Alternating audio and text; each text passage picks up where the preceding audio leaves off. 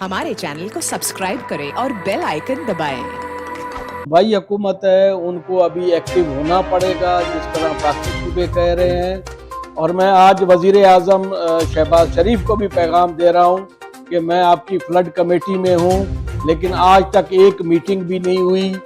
मैं चेयरमैन बिलावल भुट्टो साहब को और अपनी क़यादत को बता दूंगा और उनके जो भी हालात हैं, और उसके बाद अगर उन्होंने कहा तो मैं इस कमेटी से भी इस्तीफ़ा दे दूंगा।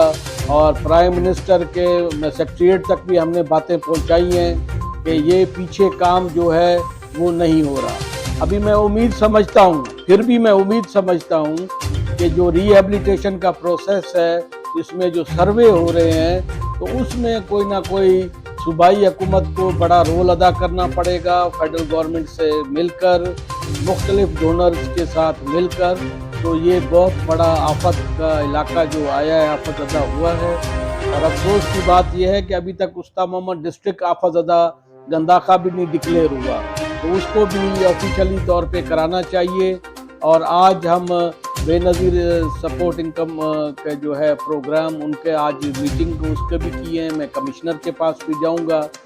फिर यहाँ पे जो भी मुझे अपडेट हुई है वो मैं इंशाल्लाह अपनी चेयरमैन बिलावल भुट्टो और पीएम साहब के ऑफिस को बता दूंगा।